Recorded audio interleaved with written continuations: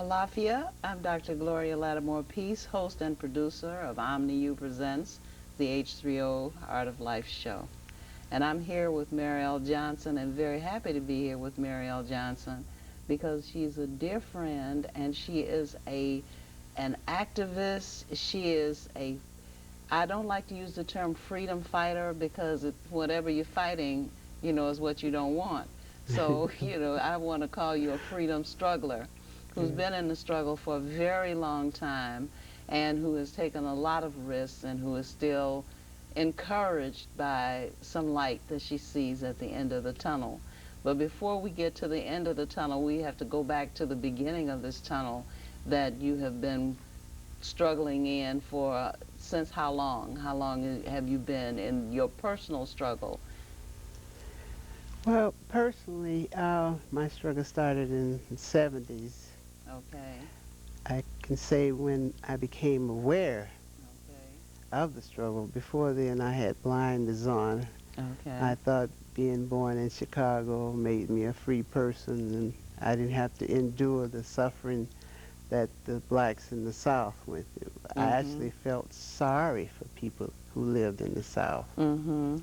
Mhm. But I had a wake-up call in the 70s, and it just I was enlightened to the fact that I was not doing any better. In most cases, I wasn't doing as well as the ones in the South Mhm.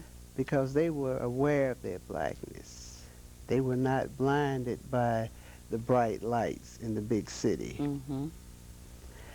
So my struggle started with the awareness of how my sons were being treated in society. And of course, one of your sons is now being treated out of the community in something called a supermax prison. Yes, my youngest son is serving a life sentence in TAMS, the Supermax. Right. Yeah. It was supposedly built for people who are characterized as the worst of the worst. Mhm. My son was sent there in 1998. He had not received any tickets in over You have to 12 explain years. tickets because people may not understand that. Well, it's the way they say like Evaluate. parking ticket or Uh-huh. behavior ticket, Mhm. disciplinary Mhm. ways of punishing inmates when they disobey the rules in some way. Mhm. So he had not been, you know, charged with anything like that. Mhm. But he was still sent to TAMS, and sometimes I wonder was he sent there because I was so actively involved with the death penalty. You Mhm. know, I was on the coalition for years. I visited death row, and I was fighting for abolition. And I became involved because after visiting death row, I became aware that there were people on death row whose cases were so similar to my son's. Mhm. I saw an injustice there. Mhm. And because they had pro bono attorneys, it was easier to get attention to them. Mhm. Mhm. How did you happen to start visiting death row though? I started visiting death row because I was feeling so helpless. I was feeling so sorry for myself till I just became aware of the fact that there was people who were maybe just as bad off as myself or a little worse. Mhm. And someone invited me, said, why don't you come and join the coalition? I said, death row? Mhm. And then I thought about it. They had mentioned the death penalty for my son several times, Mhm. but he never received the death penalty. But a life imprisonment to me is another form of death penalty. Mhm. Mhm. So I went and started visiting death row. And you started going not just to visit, not just to exchange conversation with the inmates there, but you actually were taking things. You were taking magazines. You were trying to keep them connected to the community. Yes, well, what I found that was missing really was a real acceptance. Many of the guys saw the coalition as people who just came because they wanted to write Books. papers, Yeah. was interested in furthering their education. Mhm. They wanted to hold their hand while they went to their death sentences. Mhm. Mhm. But when I started to go, it was like they could identify with me Mhm. because most of the people who visit are Caucasians. Mhm. They had a couple blacks that go at various times, but the ones who stick to it are usually people, not people of color. Mhm. So when they saw me, it was like they saw a relative. Mhm. They saw their mother who hadn't been to see them for years, or sister, Mhm. their loved ones who had gotten tired of visiting. Mhm. So it was just a relatedness that we formed that was just so profound till they felt so connected till I Mhm. just couldn't stop going. And so you went often, and you went sometimes on transportation that was at best tentative. You didn't know whether you was going to be able to come back some of those times in Oh, that car. gee, we was in snowstorms and down in southern Illinois, the traffic Where and is Tams? well, Tams is about 6 exits from Cairo, Illinois, Okay, so down in you southern Illinois. really far south. Yeah, yeah, Okay, so down in there. sometimes you didn't know whether you were gonna make it going or coming back. Oh no, we went down there just because the guys. It's just such a rewarding thing Mhm. to know that you can do something for someone, and you're not looking for anything back for it. Mhm. Mhm. These guys really began to believe again, Mhm. because some of them had gotten to the point where they didn't want to talk with certain Mhm. people. Mhm. They felt like they were being used even when we were out there to visit them. Mhm. But I used to reassure them that my visits were like me taking a break, because Mhm.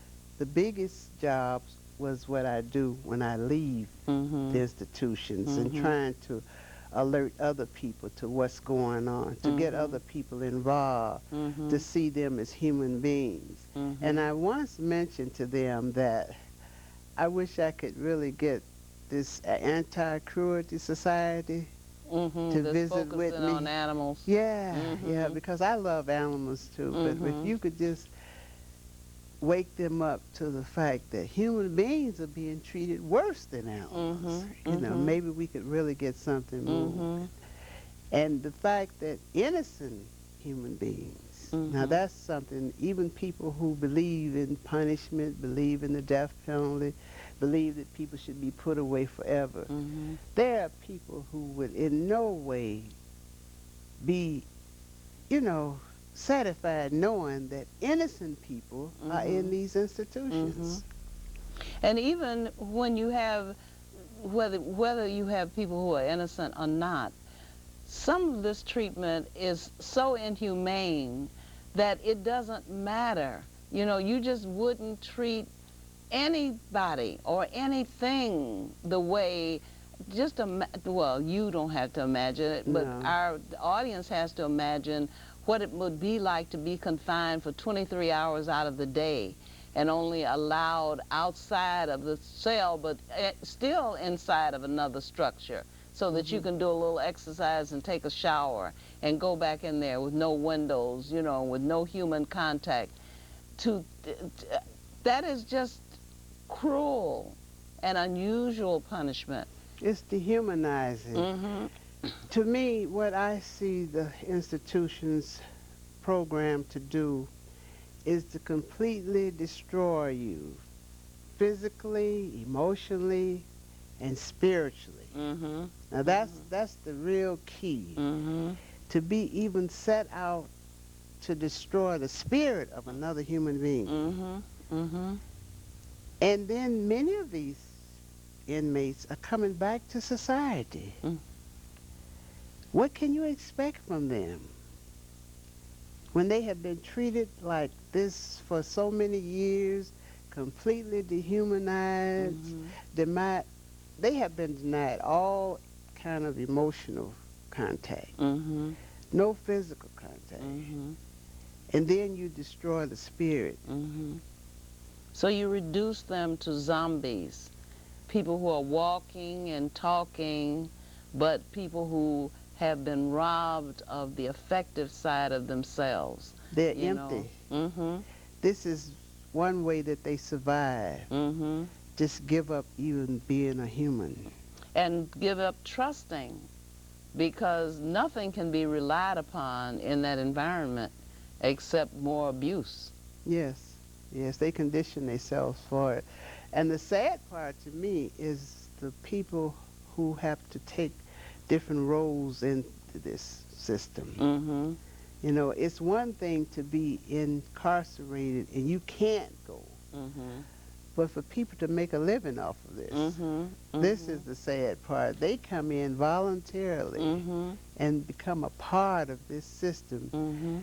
that's destroying human life. And then that makes you have some people who, like people who become lawyers because they want to help people with, with their legal problems, or people who become social workers because they want to help people with their social problems. And then they come into an environment where so many people have developed calluses because, as you say, you feel impotent, you feel like powerless, and there's really too much, and there's not much or anything that you can do. So you just work for a living. You just go back and forth and do, your paperwork and what have you, but you really can't relieve the suffering. You really can't rock the boat, because it seems that there are those elements within those closed systems that are there to maintain the status quo. And if you appear to be out of harmony with the status quo, you stick out like a sore thumb, and immediately they want to remove you. So if you're going to keep your job, you're going to have to go along with the program. And if Yes. you don't go along with the program, you may do a little good, but you're still not going to keep your job, because the moment that you go against the grain, then you come to the attention of people who want to maintain, as I said, the status quo. So you have people who had good intentions when they went in, and they were corrupted by the environment that they're in, and Yes. so they grow calluses, and they learn to look the other way. I Yes. just heard a story recently about the abuse of young people in the juvenile justice system, where apparently we have some people with some frustrations in this society who take it out on young people. They beat them, and they go off on them, and Hmm. lose their cool, and so forth and so on. And somebody who has observed this thought that bringing that to the attention of the higher ups would get it to stop. But what it got was this person, in trouble with people saying that this person is lying, Yes. and that these things are not going on. And, now I think it may be a situation where the person can't stop fighting, because the moment that person stops fighting, that's when the vultures are going to swoop down and really take that person out. So they've really got to fight. And it's Mm. hard to get people to join you when there is something at stake. And that's the point that you made before we came on the air, that nobody wants to join you in the struggle until it becomes personal. Talk about that, Mary. Well, that's the hard part, and it's almost like society. People are up against the fence, the wall. Mhm. They so into survival. Mhm. Most people don't know their neighbors. They Mhm. say hi and bye, but before you can tell them how you feel, they gone on into their car. Mhm. So it's all about me, I. Mhm. It's not we and us. Mhm. They don't see a situation until it hits them. And then when it hits them, many times they're so disappointed, feel so shame because of their circumstances, till they don't talk about it. Mhm. They suppress their pain and their Mhm. anguish. So we're walking around like zombies. We can't even be human, Mhm. because if we be human, we feel. Mhm. And most of us are not permitted to feel. And Mhm. when you mentioned about the children, that to me is the key. Mhm. But when you see these people who are incarcerated, it affects Mm. families. Absolutely. You have families out here Mhm. who say, looked normal. Mhm. I could say that for myself. For many years, I was walking around with this mask on, Mhm. smiling, trying to get some help for my son, but unable to express how I was really feeling. Mhm. And people who I thought should be concerned were not there for me. Mhm. So I became bitter. Mhm. I was angry. I wanted to hurt someone, and guess what? Because I was hurting. Mhm. And when you endure so much pain for so long, you just want to strike out. Mhm. I just didn't know how to strike, so that's why Mhm. I had to go within and just Mhm. humble myself. Mhm. And I became very prayerful. Mhm. And I think that's when I got this invitation to start going to death row. And then I saw people who were just as pitiful as myself who Mhm. needed me. Mhm.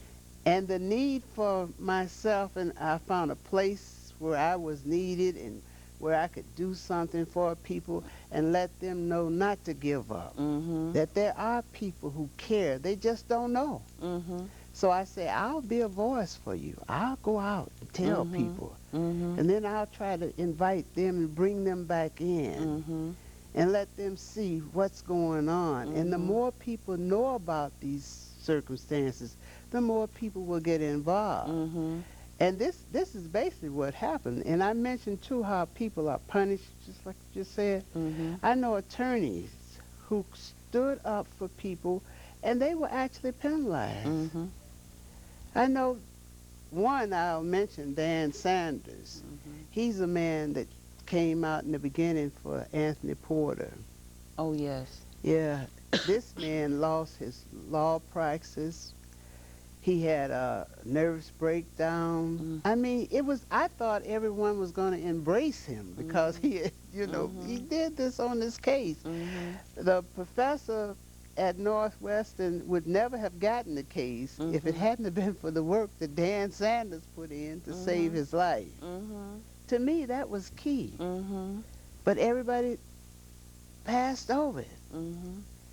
And instead of embracing this man, it was almost like he was ostracized Mhm. because of what he did. Because Mhm. what he did was prove that although all these attorneys, all these judges had said that Anthony Porter was guilty and he deserved to die, Mhm.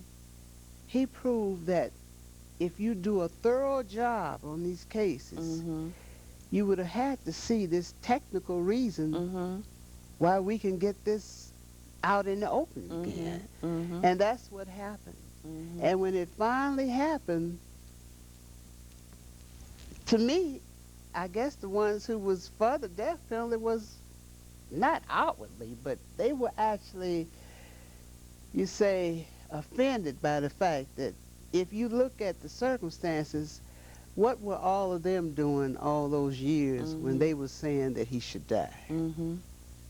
See, so Mhm. nobody's talking about that. Of course, because then that would just make you raise that question. What were they doing with this evidence so clear? The thing that I thought was the most curious was that they said that a not guilty verdict in his case did not mean that he was innocent. Right, It just meant he was not guilty, right. And I said, well, the criminal justice system has a criminal language Yes, because the language, although it's sitting in your face and it's very explicit, it covers over what it's really saying. And what it's really saying that you don't want just a verdict of not guilty, but you also want something that establishes your innocence and exonerates you yes, from entirely from the accusation. Because if you are completely exonerated, then you may have cause for litigation. right. You see, That's right. so it's very clever the way things are worked so that people can't know how to defend their rights and can't know when they have not been afforded justice. That's why I named the show No Justice, No Peace, No Freedom. I started to call it the No Show You know, No, sure. know anything, because Yes. how, if you cannot have justice, you know, if the Bible is wrong, you don't reap what you sow. Mhm. You know, if you can't have justice, you can't have any kind of peace. You can't have peace of mind, because in an unjust society, anything can happen to anyone at any time Yes. for no reason at all. Anything goes here. And how can you be comfortable in a situation where you don't know when there will be some trumped up charges, you know, where there's something called civil forfeiture, Mhm. where actually your material possessions can be taken from you just on the accusation that they were obtained with illicit money like drug money. Yes. Now, there were so many cases of this, and people's livelihood were confiscated. In one case, this man's airplane Mhm. that he did business with was confiscated from him. Another case where a man was going to a nursery to buy plants for his business and had cash money on him. They took all the money.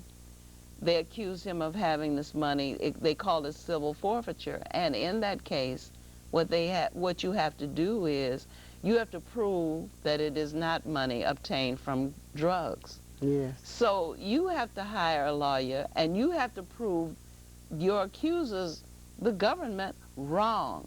It costs a lot of money to prove to people who are out to get you that they shouldn't get you. Mhm. So in an environment where Martin Luther King, didn't he say, well, he said, injustice anywhere is a threat to justice everywhere. That's true. And I love different things that Martin said, and I'm especially attached to. He said that if, say, how do he say that? Any man that don't have something worth dying for, his life is not worth living. Yeah, it's not You fit to know, live. I mean, you have to stand for something, Or you fall for anything. all for anything. And when you mention about the system, that brings me to how you learn about what happens to you, and then you feel so helpless. Like in my son's case, when they did the appeal, they brought out what should have been done during the trial. Mm-hmm. And you're penalized for that. Now, you got an attorney, and Mm-hmm. these things are not done, but Mm-hmm. you're penalized for it. Mm-hmm. Mm-hmm. So when you find out it's too late because the trial is over, Mm-hmm. so that you could have used then that you didn't use is too late now. Mm-hmm. You have to go through another channel. Mm-hmm. That's why Anthony Porter's case needs to be studied by anyone who believes in justice, Mm-hmm. because there was a God factor there. Mm-hmm. It just worked out that when Dan Sanders worked so hard to get that execution stopped, Mm-hmm. David Protest and his students took the material that was there all the time. Mm-hmm. It's not Mm-hmm. like they went and got They some new uncovered material. something. Mm-hmm. They took what was there. there. Mm-hmm. Every attorney, every judge that looked at that case had seen the same thing. Mm-hmm. But guess what they did? They followed through on it. Mm-hmm. Mm-hmm. And when they followed through on it, they came in contact with these people who admit the same thing that they had said on the papers, Mm-hmm. that Anthony Porter didn't do it. Mm-hmm. And this man admitted to committing the crime. Mm-hmm. Now that was a God factor. That was a light to show everybody. Mm-hmm. This is what will happen if we don't get involved. Mm-hmm. You had the Ford High 4 case.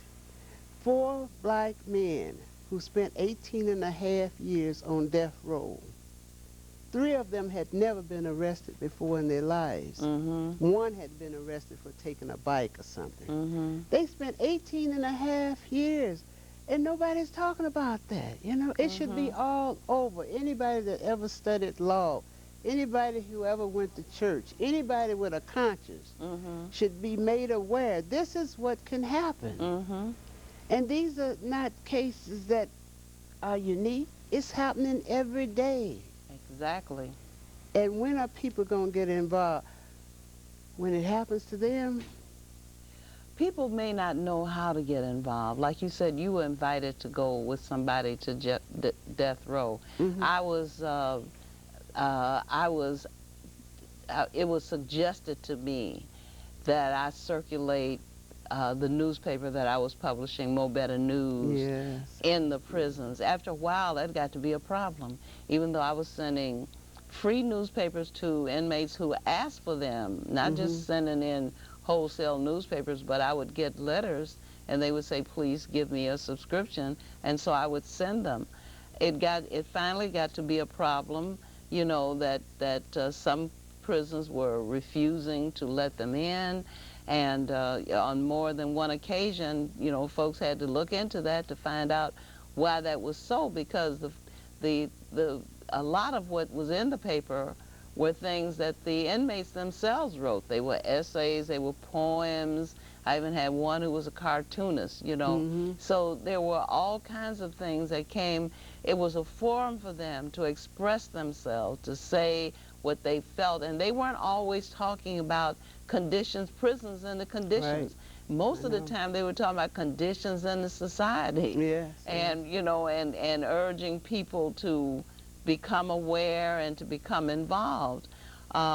You can either involve yourself voluntarily or you can get involved involuntarily by having something happen in your life Yes. that you Yes. hadn't anticipated could happen. Yes, that's what I tell people very often. I don't consider myself a volunteer. I believe that I was drafted into Mhm. this, you know. Mhm. And what you mentioned about the paper that you had out, Mo Better Mhm. News, they loved that paper because it was inspiring. It It was their made them paper. conscious of who they were as people. Mhm. They had a connection with the outside world. Mhm. Well, see, these are the things that they don't want in institutions. Mhm. They don't want them to be human. They don't want them to feel for people out in society, and they don't want society to feel for them. See, this is like you said, this is a big business. It's Mhm. an industry. Mhm. It has legalized slavery. Mhm. We are the commodities. Mhm. Mhm. And when you fight for justice, you can really take these people's livelihood from them. Mhm. If this is the only way they think they can make a living is off Mhm. of other human beings, Mhm. this is the sad part. Mhm. Now we have this group, Citizens Alert, that's located downtown, where we ask family members to come in and share their stories with us, Mhm. to get involved, because there's something you can do. But you Mhm. just got to get in touch with the different groups that are doing it. What And does Citizens Alert do besides provide a forum for people to share their experiences? it's watchdogs. You say for we go down to the police board. We try to Mhm. make police accountable. Mhm. We're into this video and the interrogations. Mhm.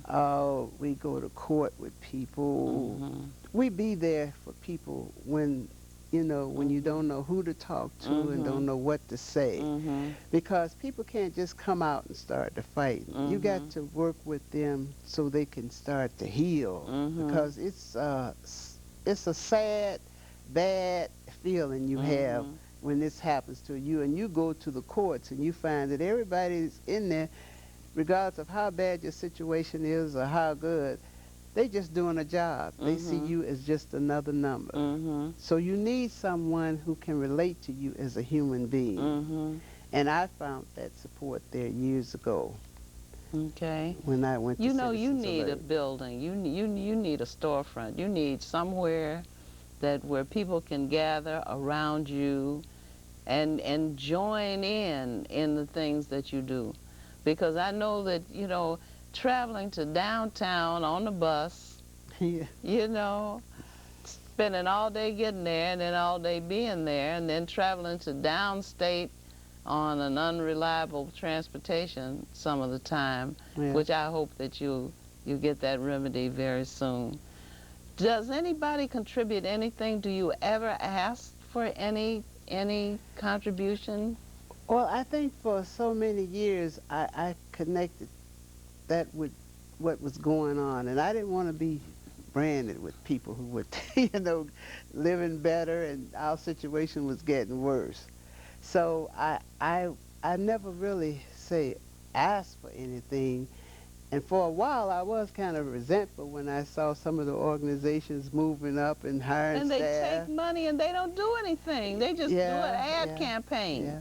But I think we got people now who are becoming aware of that, and Okay. it's going to change because what you have to do is people when you send your money somewhere, you have to follow your money and see what your money is doing Mhm. because your Mhm. money might be just going for the wrong thing. Mhm. Mhm. So we are inviting people to come out and see what we do. Mhm. We invite people to come out for support, come Mhm. out, get involved. And that's Citizen Alert. Citizens Where's Alert, their office? 407 South Dearborn.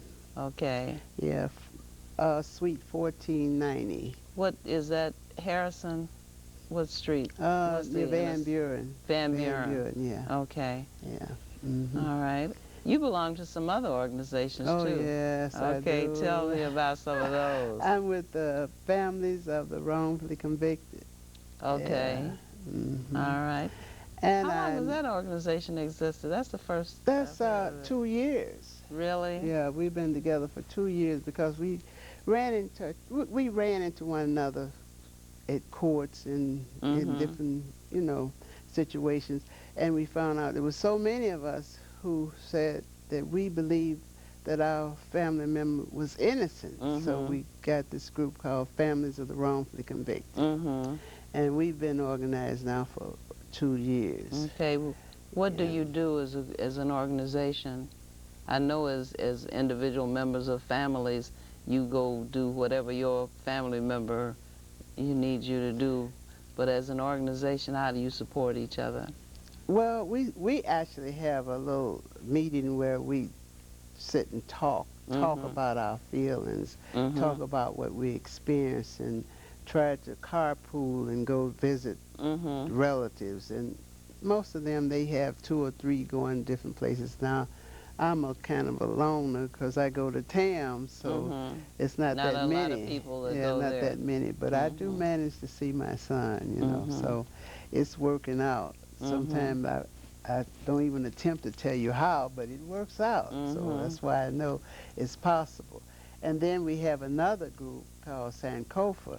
Now they have been getting an audience down at the Cook County building, meeting with different judges and so forth to try to pave the way for other family members when they come in so they just don't come in and have no idea where to go and what to do. Mhm. Everything is new to them. We tried to get an information booth. So when they Mhm. come in, you could tell them this is what to expect. Mhm. This is where you go. So it's like an outreach in Mhm. different groups. And then there's another group, Cairo.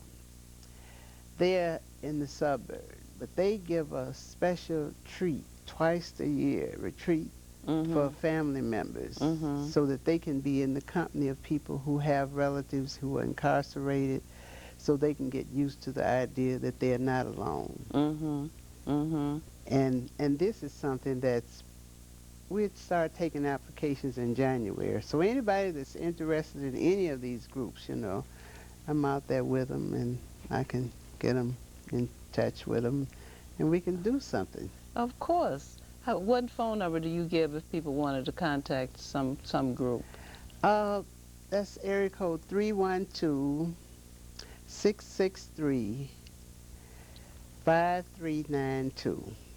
663-5392.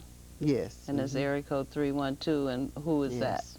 Well, that's Citizens Alert. That's Citizens Alert. So if they want to find out about that group or any other group that you're They can associated ask for with, me and they can ask for you. Yes, and You I can know, connect. it's you like you said, you become aware. It's sort of like the Anthony Porter case. It was right there all the time. Yes, it was there. But your focus was someplace else. And Yes. so you become aware.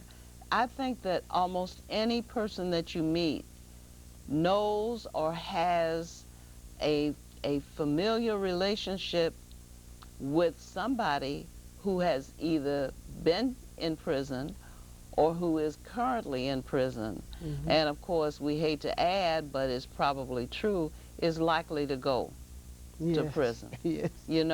And it's amazing that we have this situation where people are appear to be oblivious to the fact that there are people in prisons. You hear about, you ask people what they're doing for holidays, and they tell you what they're going to cook and who all's coming over.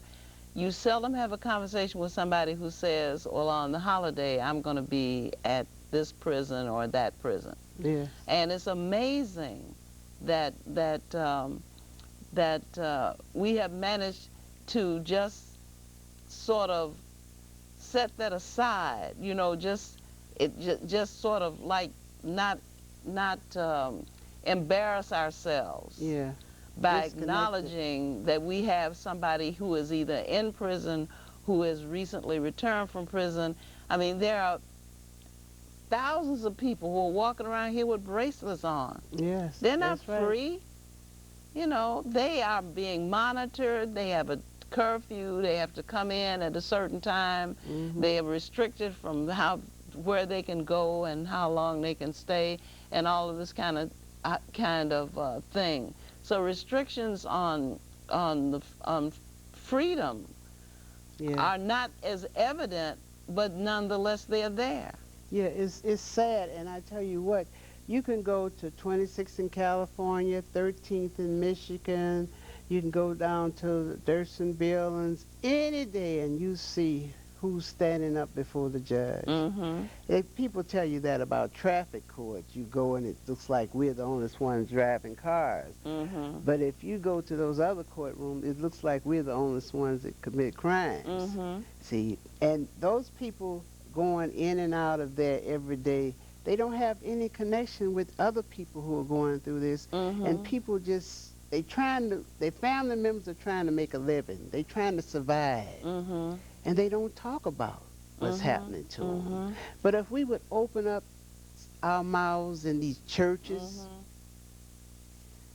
there's somebody maybe sitting next to you with the same kind of situation. Absolutely.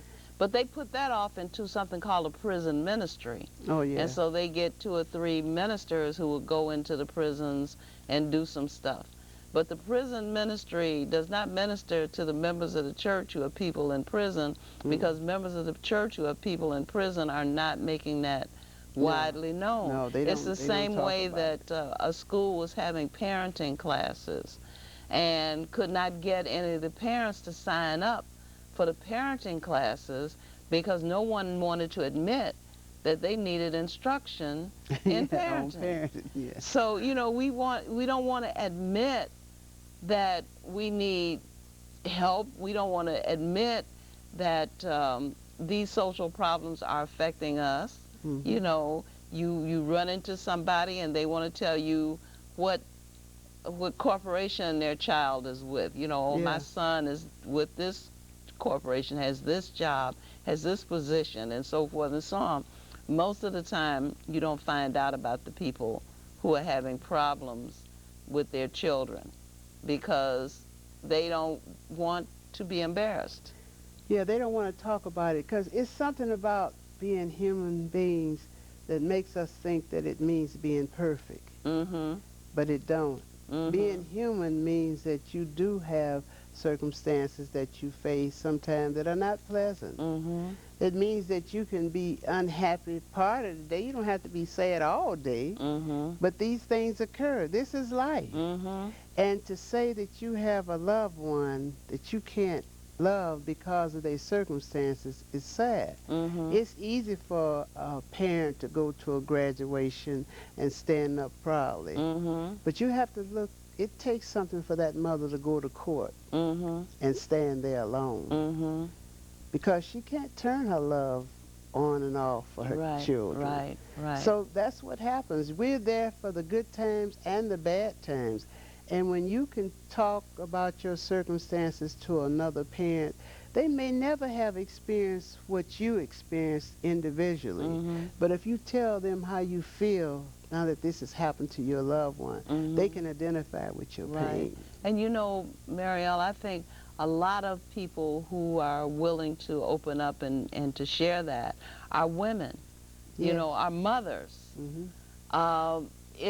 Because I see that very often family members turn against people who get into trouble. Yeah. You know, um, they're guilty. They shouldn't have done it after all they've, all the privileges they've had or whatever. They shouldn't have. They shouldn't be in jail. And if they're Mhm. in jail, they deserve to be in jail. And people are quick to want to write people off, as to have not deserving of a second chance, not even deserving of family membership.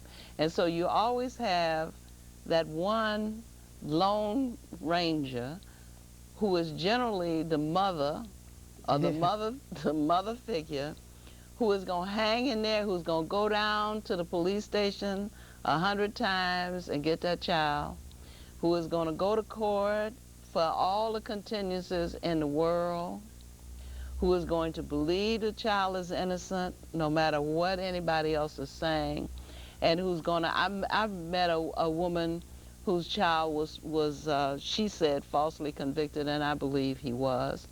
Um, she was selling candy bars at a function, and you would ask, why would you think selling candy bars would raise enough money for you to be able to do anything? You certainly can't pay a lawyer. You probably can't even put a tank of gas in your car at the end of the Mhm. day. But she had to be doing something, and I met her before I met her child. Mhm. And when she told me the situation, the young man had gone to get sandwiches for a sister, Mhm. he and another friend. They saw a big crowd in this parking lot. They went over, they looked on, they saw that there had been a homicide. Mhm. They left. They just looked and saw what had happened, and they left and went on about their business.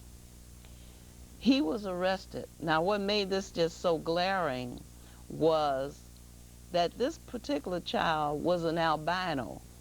Oh. And the person who the people pointed out as the shooter, they described him as a brown-skinned person.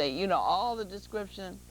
An Mhm. albino will stick out like a sore thumb. You Definitely. know you got a mistake if you got somebody brown being Mhm. named as a shooter. Anyway, they actually had an eyewitness. The eyewitness left town. They could not be found, and so forth and so on. So this young man went through this trial and was incarcerated, and his mother was out in public venues where there were other vendors.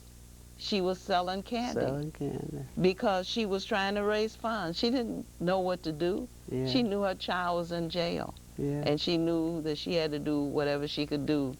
And I guess it's also some sort of shield against losing your mind, Yeah. because you Yeah. just can't sit there. You got to do something. You just doing whatever you can.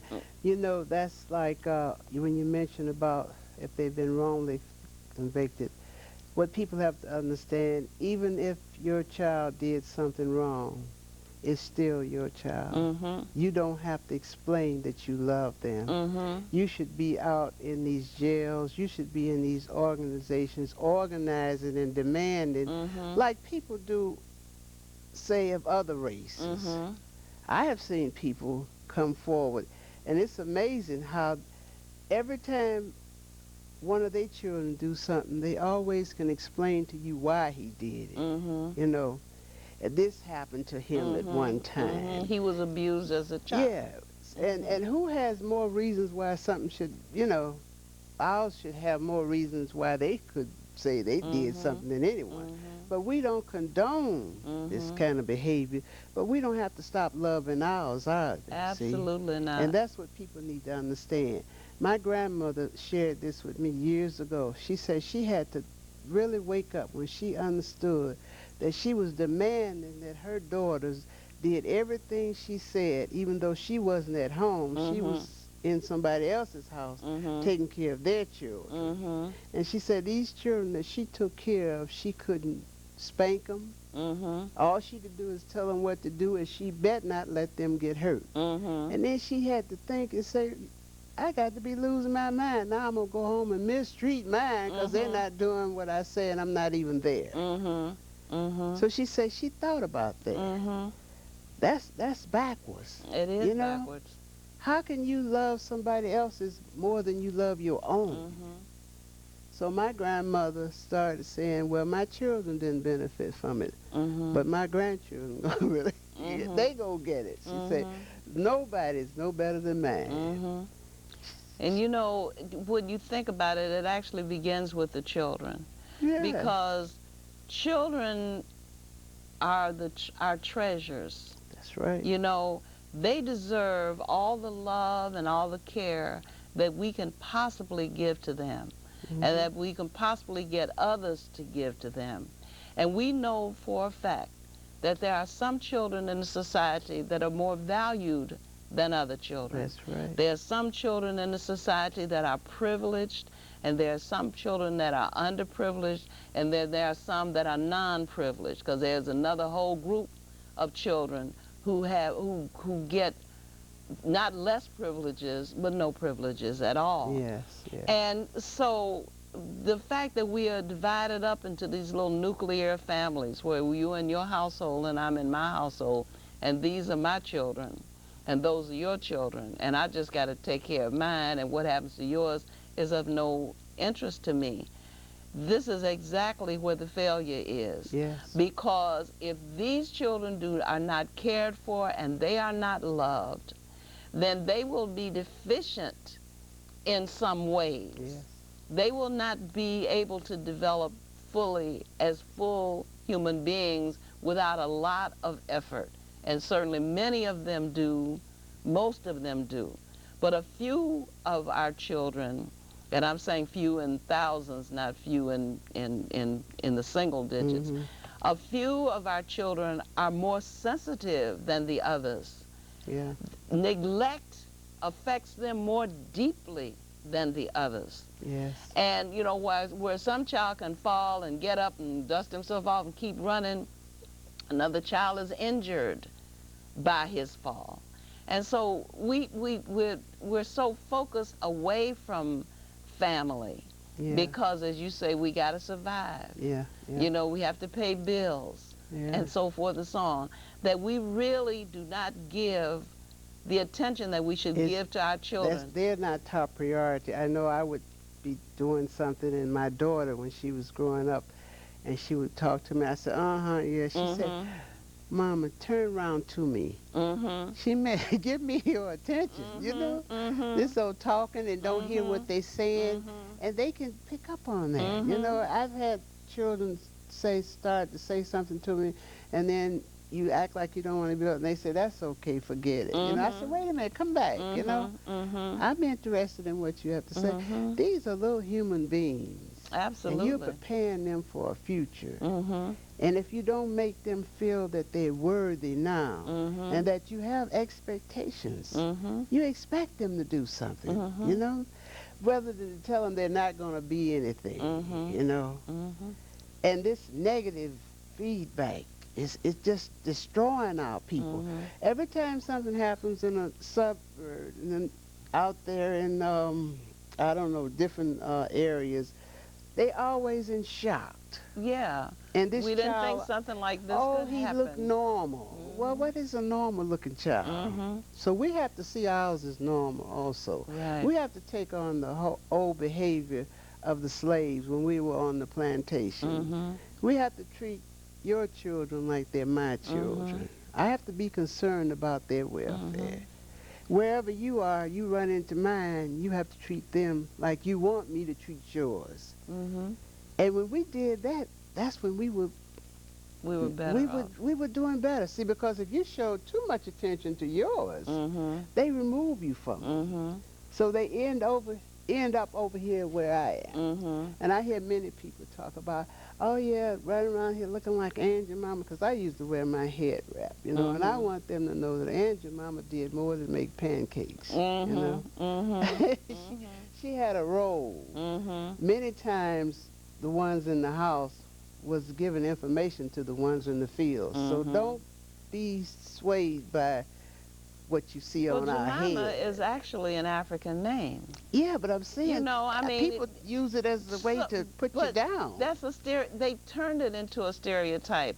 But it's an African name, and if you had an aunt whose name was Jemima, that's Hmm. all that meant. That's You all. know, The same way they do with Uncle Tom. You know, exactly, they don't know the history. exactly, So they use it as something negative. right. But we have to embrace these things. When I go into the schools, I tell the children all the time, many times I was so unaware of my history. But when I Mhm, started to read, I mhm, became, it just empowered me mhm, to realize what we went through as a people. mhm, How can you be ashamed of people who survived like we have? mhm, mhm, This is something, if you're going to be ashamed of anything, you should be ashamed of the people who did this to them. mhm, mhm, Because we are survivors. And mhm, I tell them, take the advantage of these books. mhm, Read all you can, because that used to be a way, they would punish us if they found us reading. mhm. If you got a friend who's having a problem reading, do what you can to help him. Mhm. Because the more of us come up, the higher up we will go as a people. We should not just do this for our friends, but we should do this for our children.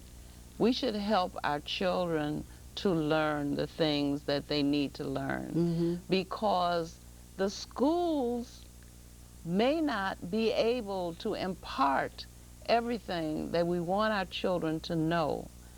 Their technology, their methods may not meet the modality of the way our children learn. I've Hmm. been a teacher for many, many years, Yes. and I know you're supposed to question yourself if children come to your classroom in September who can't read, and they leave your classroom in June and they still can't read. Oh, You are yeah. not supposed to put that, chalk that up to there's no father in the home, there's somebody in the home who's on alcohol or drugs. Hmm. You are, if that is the case, if these children have so many handicaps that they cannot learn, so many social handicaps that they cannot learn, then why are you in a classroom collecting a check? Right. See, either you getting a salary because you're doing a job, or you need to hang up your keys and go home. If you can't teach them, you don't need to You be there. can't teach them, but we cannot rely upon professionals to solve all of the problems that we have. So when we see that our children are foundering, then we have to become involved. You know, and I mean, just if you don't want to go up to the school like you do, if you don't want to go out of your house, deal with the children who are nearest to you. Yes. You know, deal with your own children. Yes. But consider it your problem if the children in your community cannot read. Yes. Consider it your problem if the children in your community are going to jail wholesale. Hmm. Because it's your problem. We need to love our children, because we need our children to love us. That's Because, right. Lord have mercy, save us if our children grow up alienated from us Yes. and don't care nothing about us and would just as soon do something harmful to us as they would to somebody they didn't ever Right.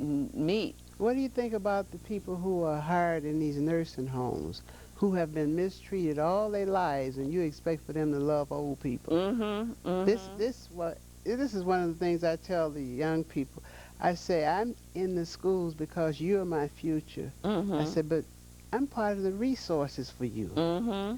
Get acquainted with the elders, because they Mhm. have taken many of us out of the neighborhoods and put us Mhm. in senior citizen homes, and they say we don't want to be bothered. But there Mhm. are some of us, if you get close to us, we Mhm. care. Mm-hmm. We don't want to be afraid of our youth. What Of kind of course system not. is that? Of course not. So I am into that, bridging that gap Right. between the young Right. and the old, Right. because we need them and they need us. I salute you, Marielle. Marielle Johnson, I think a lot of you, because you put your money and your energy where your mouth is. You don't just go look on a situation and come back and say, you know, they got all those people down there in death row. But you actually get involved and you make an effort to alleviate the suffering and to do something about it.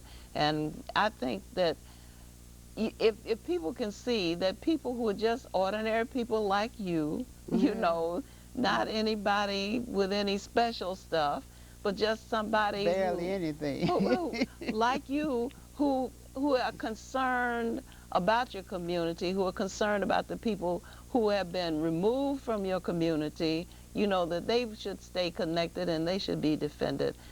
My hat is off to you. I salute you, Mary L. Johnson. Did anybody ever give you an award? Because they ought to be giving you. I have received some awards. That's right. Yeah. They ought to be giving you but certificates. the most rewarding thing is the feedback I get from young people. Mm-hmm. When I run into young men and they say, I remember when you came out to Dixon, Mm-hmm. and that stayed with me, what you said.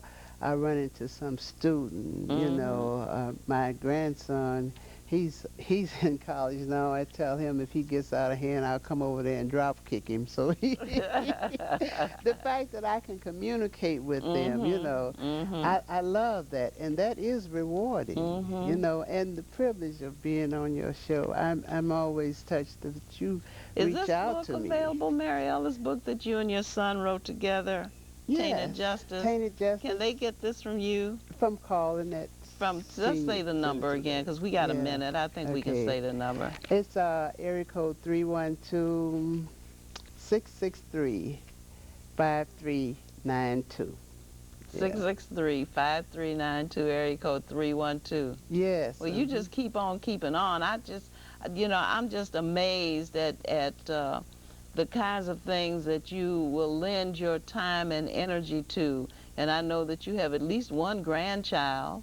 Oh, I have 11. You have 11. Well, see, I'm used to the one that your daughter, I think you have a daughter that lives with you. Well, she moved right next door. She's still in the neighborhood. Okay, all right. Well, that's not a bad thing, I think. No, it's wonderful. Right, yeah. right. I enjoy that because I said none of this would matter if I don't give some to my own. Mm-hmm, you know? Well, I'm just so happy that you were able to come, and I look forward to you getting some repairs done to your transportation so you can take to the highway again. Thank you, thank you.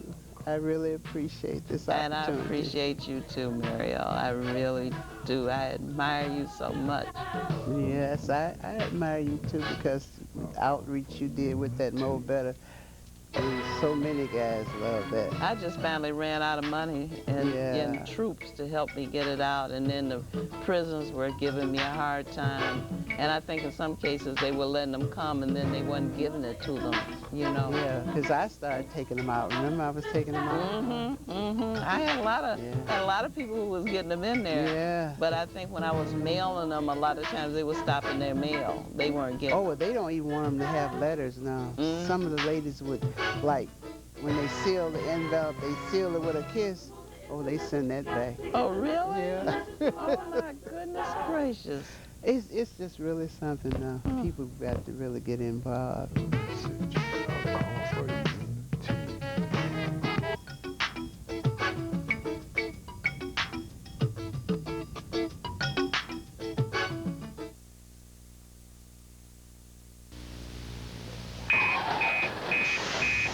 The snowplow, it's our first line of defense in keeping our roads clear this winter season. When this truck is operating, it moves about 30 miles per hour, pushes about 30 tons of snow per mile, and weighs about 20 tons itself.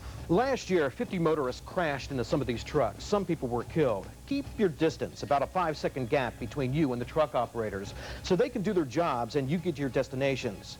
Believe me, you won't get very far with a 20-ton hood ornament. Extraordinary leadership is one of the many reasons the Greater Chicago Food Depository can feed over 300,000 hungry people a year. Call us at 773-247-FOOD.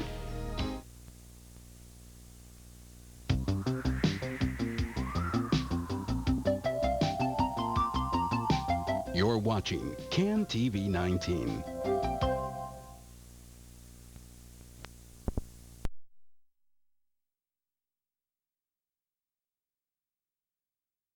Lagged behind due to discrimination, poverty, and ignorance. Despite Winnetka's progressive rhetoric, efforts at open housing here and elsewhere on the North Shore would be largely unsuccessful for many years to come. The village green where Dr. King spoke was donated to the city more than 100 years ago by Charles Peck, who developed Winnetka in the 1850s with his partner, Walter Gurnee. Peck's wife, Sarah, gave Winnetka its name. She said it was a Native American word meaning beautiful land. One of the most impressive homes in Winnetka is W. Clement Stone's Spanish-style lakefront estate built in the 1920s. Stone, who passed away in September of 2002 at age 100, preached positive mental attitude. He built a small insurance agency into the company that eventually became the multi-billion-dollar Aon Corporation. Stone was a supporter of Richard Nixon and a famous philanthropist whose foundation gave several $100 million to promote education and child development. This house is one of the most famous in America because it starred in the movie Home Alone, written and produced by John Hughes, who attended Glenbrook North High School. Like Steven Spielberg, Hughes draws inspiration from his suburban upbringing. He made many films on the North Shore, including 16 Candles, Uncle Buck, and Ferris Bueller's Day Off.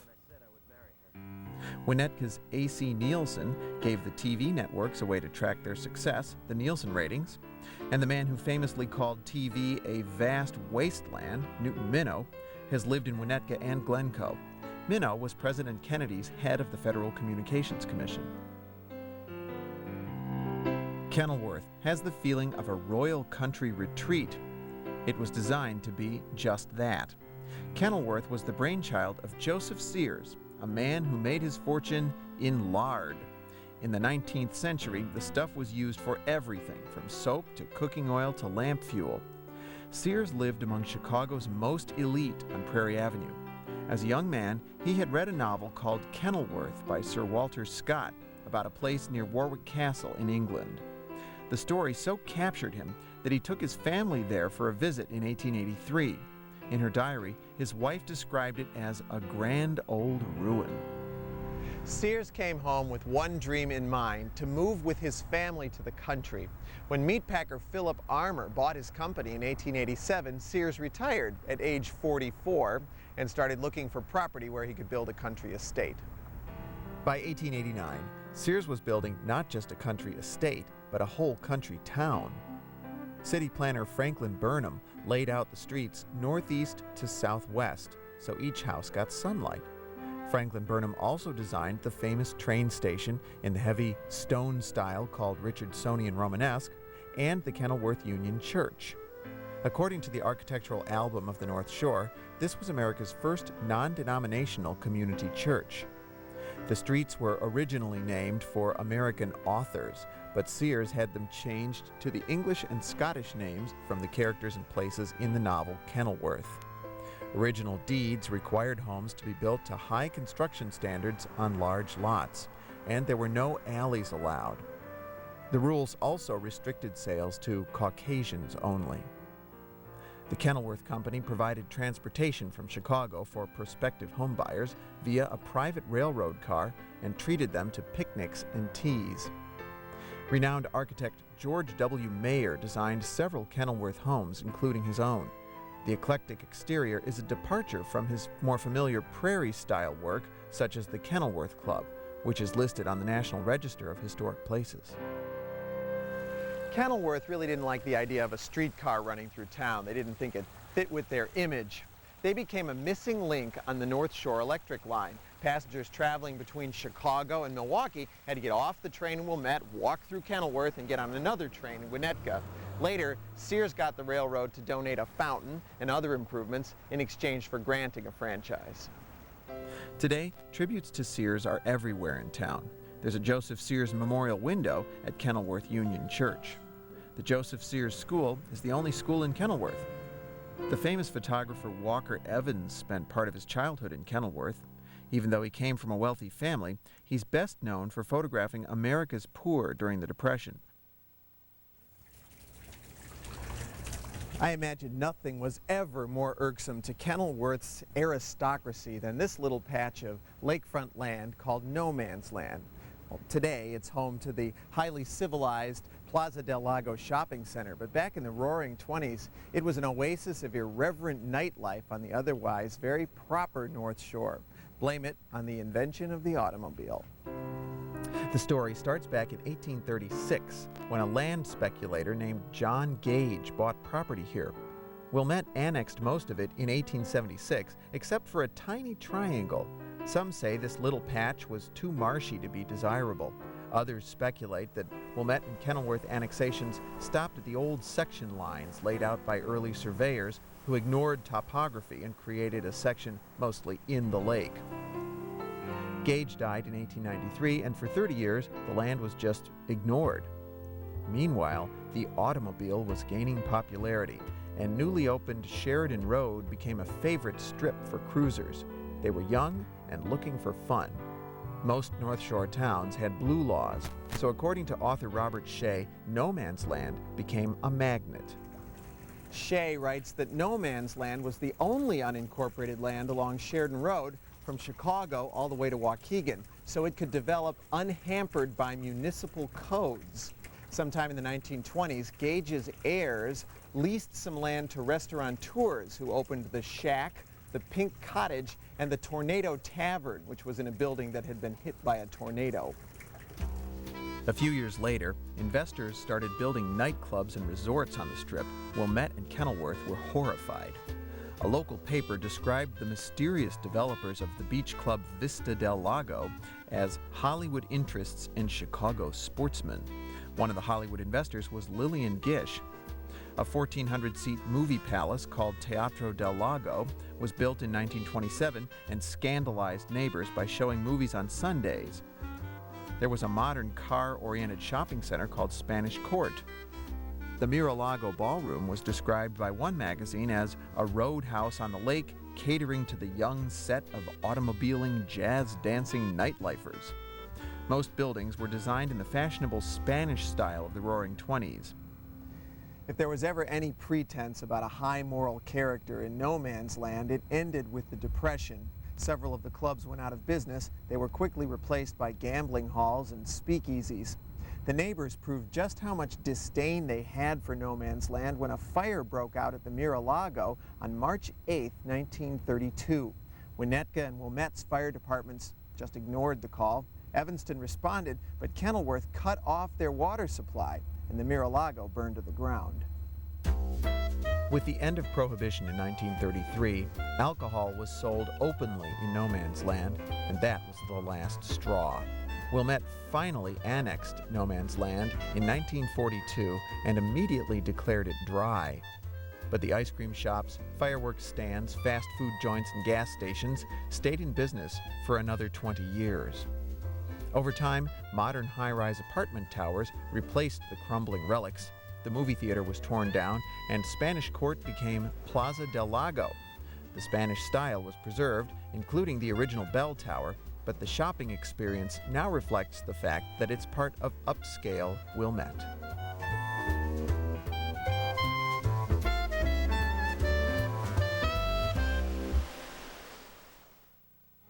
Hi, if you're like me, you're learning all kinds of wonderful facts and stories about the North Shore. And if you're like me, you've come to count on just this kind of programming from WTTW. So I invite you right now to take a moment, pick up the phone, call 773-588-1111, and join the WTTW family. And if you do at the $60 pledge level, we'll say thank you. Someday I'll learn how to speak. We'll say thank you at the $60 pledge level by sending you a copy of the program that we're both enjoying so much, Chicago's North Shore, in either DVD or VHS format, whatever you prefer. You know, it's fun to watch these kind of programs and sort of expand our own personal horizons about the environment in which we live in our own community. And WTTW is such a big part of our community because we exist to, you know, educate and inspire those who live in this community and support us, because really we exist because you allow us to exist with your pledges. That's how we get the funding to create these kinds of programs. Maybe your friends and neighbors or family members have pledged in the past, and that's the money that we've used to create this kind of program. And today we have a special membership offer for today only. Our basic membership is normally $40, but for today You can join at our basic membership level for $35, and with that, if you join on a credit card, you'll also get a 54-week subscription to Newsweek, which is a great bonus, a great deal. And speaking of great deals, we have a bunch of wonderful deals. I'm David G., and this is my friend Kathy Corday, and she's going to tell you about the great thank you gifts that we have for you today for pledging. It's been great. We've been having a banner day today, and we're just continuing as we go. Let me just get right down to it. We mentioned to you we have a special. Our basic membership has been discounted to $35. That runs today, so that works out to 10 cents a day. It's a great time. If you're up for renewal, now's the time to call in. At our $50 level today, we have for you this wonderful entertainment savings book. This is terrific. It has over $1,000 worth of coupons of savings, up to 50% in some places, 2-for-1 dinner deals, burgers, brats, steaks, you know, all sorts of events and places to go like putt-putt golf, etc. Really, really fun book, and this is good for Chicago and the Northwest side, so that's our way of saying thank you at the $50 level today.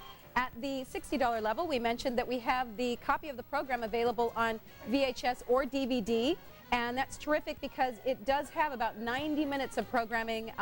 It's navigatable in the DVD copy. It actually has a map that you can actually click onto the suburb of your choice, so that's one of the extra benefits if you should order the DVD. And then at the $110 level, we offer you a collection, and that collection includes your choice of this program on DVD or on VHS, and a copy of the entertainment guidebook that I just showed you a minute ago. And this is a wonderful way to not only enjoy learning more about the North Shore, but also being able to go to some of those places of interest, maybe a little bit more inexpensively. But we always want to remind you that every single contribution counts here at WTTW, be it $5, $10, $25, to whatever level you are able to contribute. We appreciate your commitment, your investment in WTTW in Channel 11. It really does help us to keep bringing you quality programming day in, day out. If you're a new member, we want to say thank you and welcome. And if you're a renewing member, we want to say welcome back and thank you again. And if it's time for you to make an additional gift because you've had just a wonderful year, we want to say an extra special thank you because those always go a long way, since 65% of our operating budget comes from the support of our WTTW friends and family. I'm going to be turning it back over to David. And we just have so much to talk about because I was, you know, talk about writing checks. Louis Eckstein wrote that huge check, $200,000, to save Ravinia, to write out of its debt. How wonderful is that? I mean, talk about making a commitment. Well, making a commitment to your community, right, which WTTW has always done. We've been a trusted resource in this community for almost 50 years. And, you know, we exist because you want us to. We depend upon you for your pledges, for your support, and you depend upon us to be the trusted resource for your entertainment and education needs.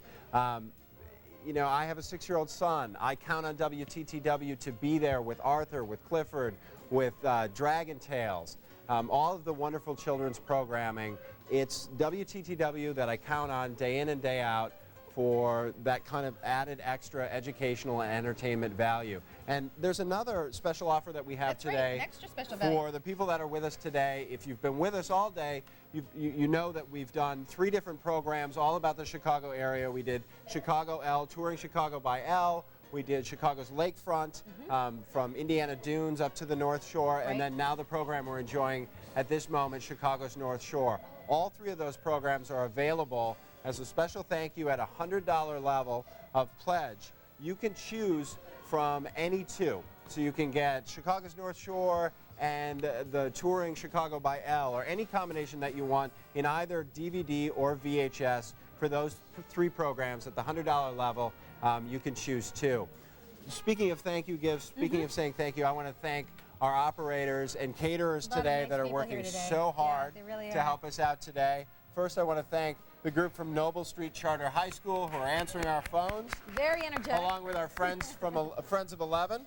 Also and very energetic. Our caterers who are keeping us energized, Quiznos Subs and Edgebrooks Baskin Robbins, which I'm looking forward to that ice cream. I keep forgetting to go get it, but I'm going to go get it this time. But, you know, today is all about working together to strengthen Chicago's community, strengthen WTTW, so we can continue to be here for you and for your family. Well, in this summer, plans are under works right now to be able to go and shoot a program on the South Side. That's right. So, you know, we have the North Shore, now we're going to go to the South Side, and I think that's going to be terrific. And again, that's where your dollars come into play. By, you know, by pledging the station, by becoming a member of the station, particularly during this program, you tell us that this is the type of programming you'd like to see more of, and that's how we convert those dollars into a wonderful payback for you, our investor. And so that's really what you are. When you become a member of the family, you are investing in the station. Our basic membership of $40 works out to just 11 cents a day, but today it's only $35. That's 10 cents a day.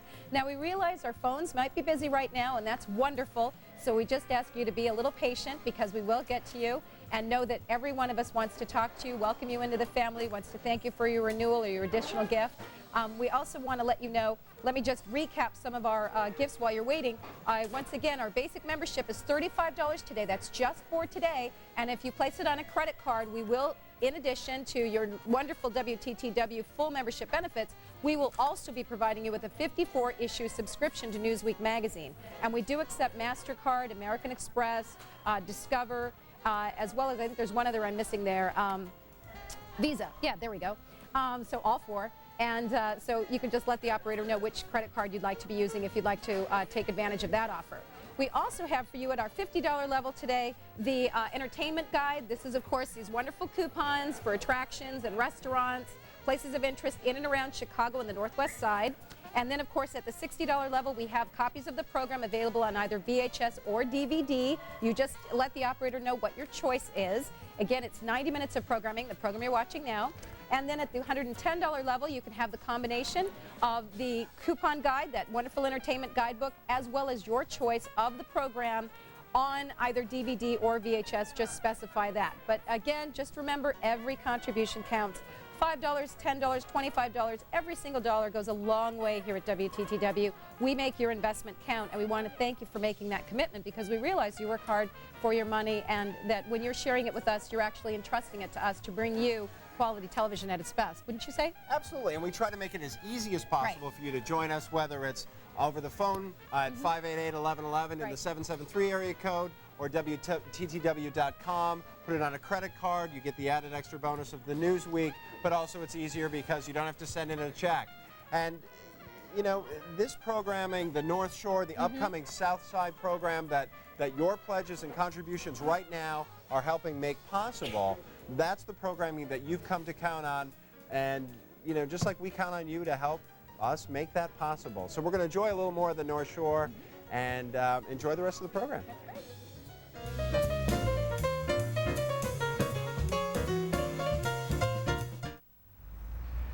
Wilmette is named for the family that may have made the worst real estate decision in the history of the North Shore. In 1829, the United States government gave them 1,000 acres of lakefront land free and clear. Less than 20 years later, they sold it for $3,000 and moved to Iowa. Antoine Wilmette, that's spelled O-U-I-L-M-E-T-T-E, was a French-Canadian fur trader and one of Chicago's first settlers. In the 1790s, he lived near Fort Dearborn at the mouth of the Chicago River with his wife, Archange Chevalier, who was Potawatomi on her mother's side. Sources differ on why the government gave Mrs. Wilmette all that land on the North Shore.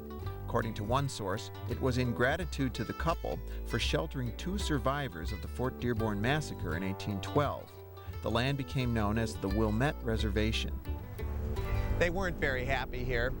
They had some trouble with the neighbors. Antoine sued one of them for trespassing and lost. Most of all, they missed their Native American relatives who'd been forced to move west of the Mississippi after the Treaty of 1833. Before long, they moved west to join them.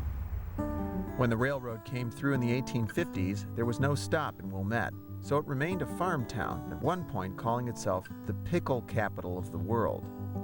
Local developers were so eager to subdivide the farmland for homes that they built a train station with their own hands. They chose Waukegan Judge Henry Blodgett as a partner because he was an advisor to the railroad, and they hoped he could use his influence to convince the train line to stop there.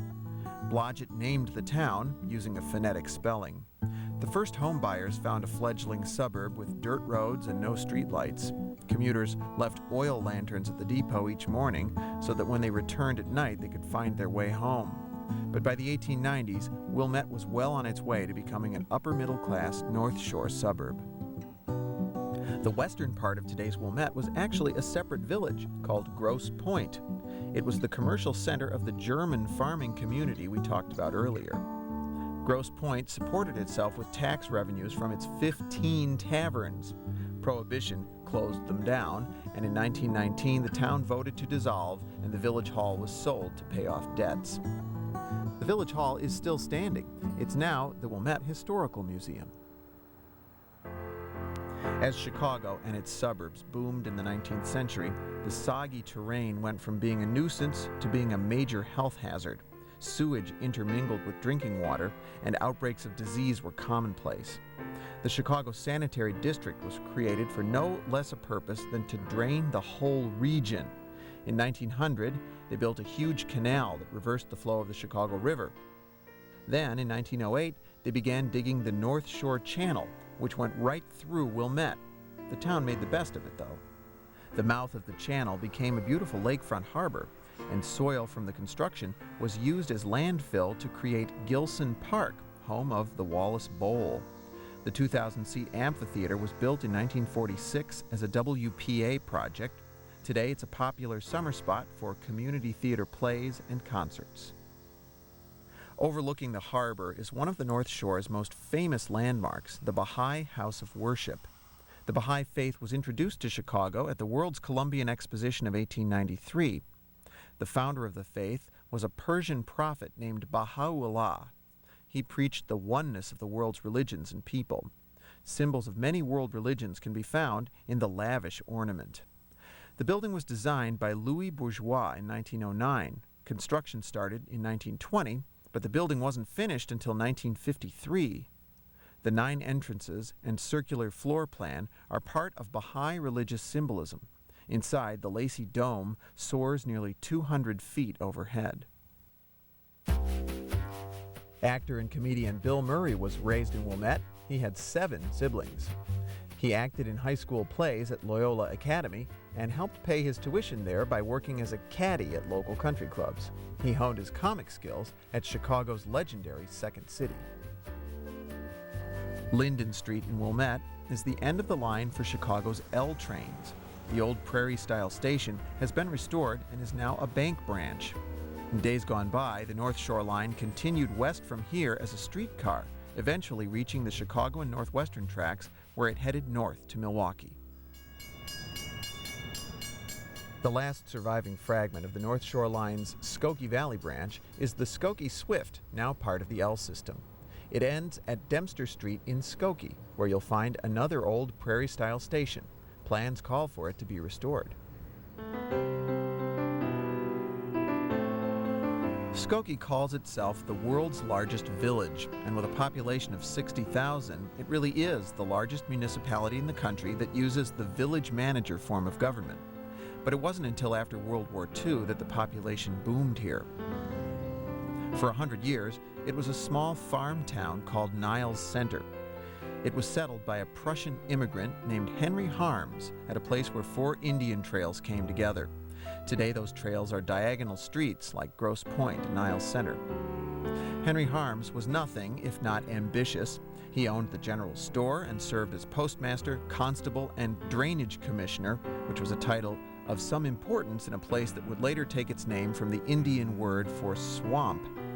He built the Lincoln Avenue Plank Road and owned the toll gates all the way to Halsted Street in Chicago. Like Henry Harms, most of Skokie's early settlers were from Germanic countries. Anything else? In the 1950s, Jews began migrating to Skokie from traditional enclaves in Chicago. The Niles Township Jewish Congregation held the first ever Jewish service in Skokie on May 16, 1952. By the 1980s, more Holocaust survivors lived in the village than in Chicago or any other suburb. Skokie erected a Holocaust memorial in 1987, designed by Chicago artist Bert Gast. It's inscribed with the names of 6 extermination camps, one for each million Jews killed, plus a passage from the Book of Lamentations in Hebrew and English.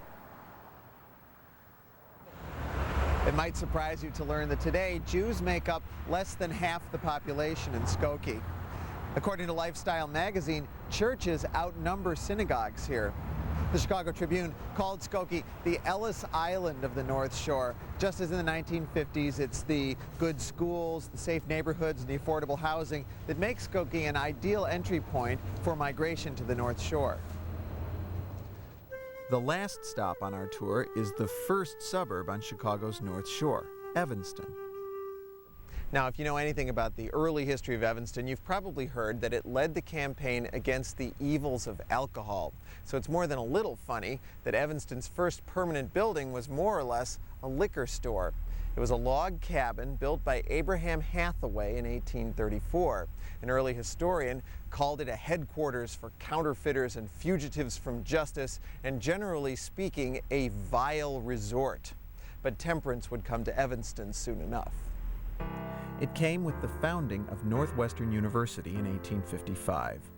The school's founders were 9 devout Methodists, and its charter forbade the sale of alcohol within 4 miles of campus.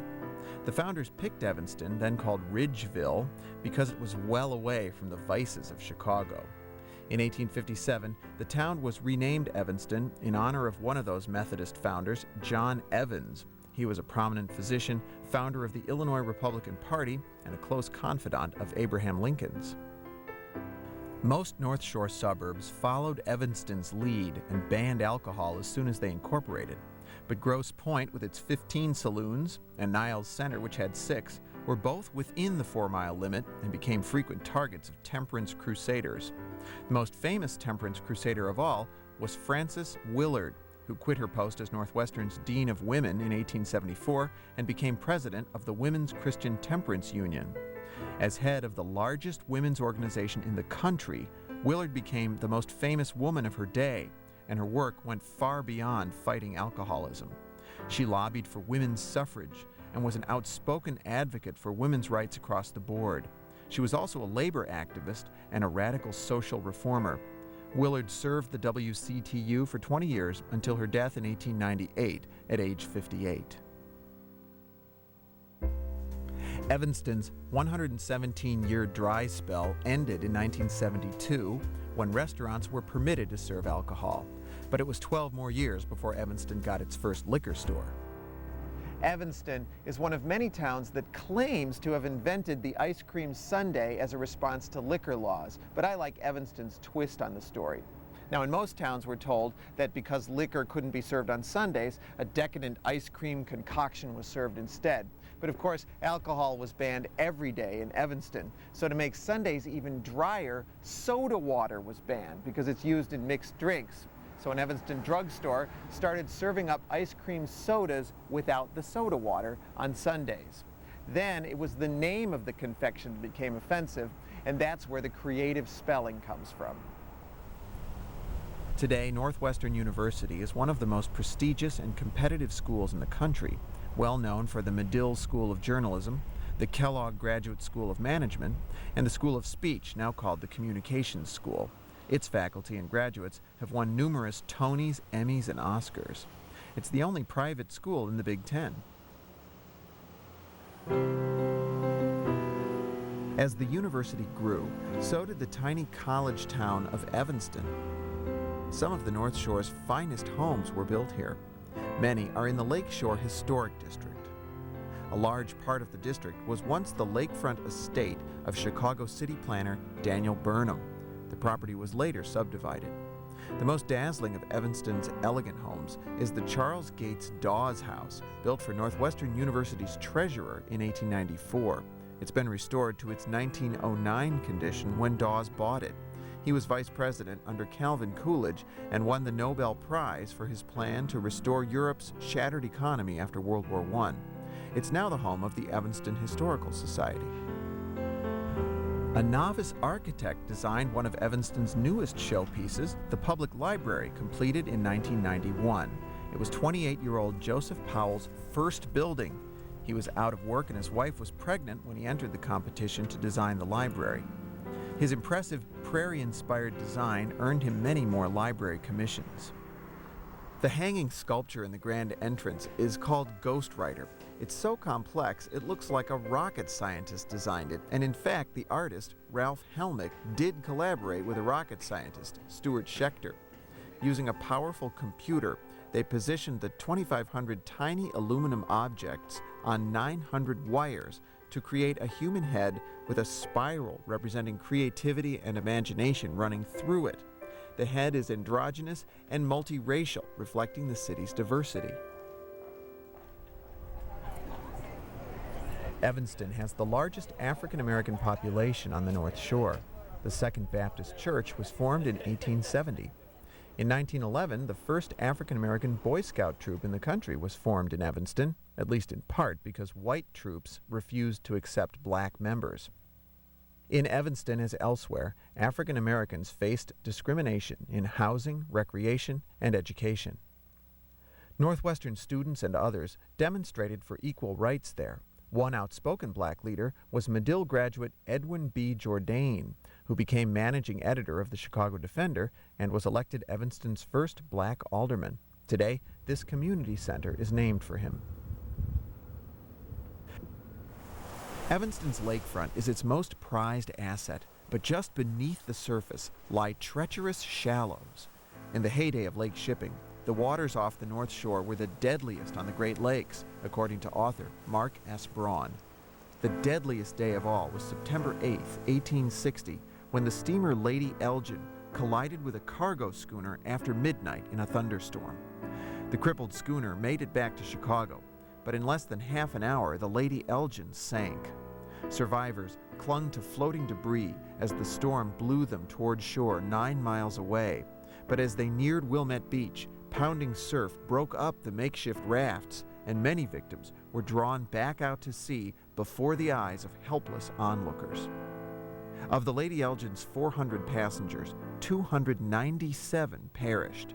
The nearest lifeboat was 15 miles away in the Chicago River. A Northwestern University student was the biggest hero on that awful day. Edward Spencer tied a rope around his waist and swam out into the surf 17 times, returning each time with a survivor. Then he collapsed from exhaustion and was taken home to recover. In the coming years, Northwestern students would save many more lives. The government set up a life-saving station on the beach at Northwestern. In 1880, Captain Lawrence Oscar Lawson took charge of a squad of trained students there. When a ship was reported sinking, the young men hauled their lifeboat up the North Shore using a team of horses or sometimes a passing train. Then they carried it down steep bluffs to the beach and rowed out into the stormy seas. Over the years, Northwestern lifesavers rescued the crews of more than 40 sinking ships. The station was disbanded in 1915 when the U.S. Coast Guard was created. A living reminder of that perilous era is Grosse Pointe Lighthouse, which went into service in 1874. Its light was visible for 17 miles out at sea. With the decline of lake shipping, it was decommissioned in 1935. It was restored in the 1970s. Today, it's a national landmark owned by the city of Evanston, which keeps the light shining. It's a familiar beacon to pleasure boaters along the North Shore. Whether by the lake or by primitive trails, by steam trains or superhighways, the North Shore has always drawn people to it. Settlers looking for a better future, city dwellers looking for fresh air and open space, shoppers, workers, concert goers, or just sightseers looking to glimpse the lifestyles of the rich and famous. It's one of America's legendary enclaves, inspiring awe and envy. It's a humble home, and it's the American dream in the extreme. It's Chicago's North Shore.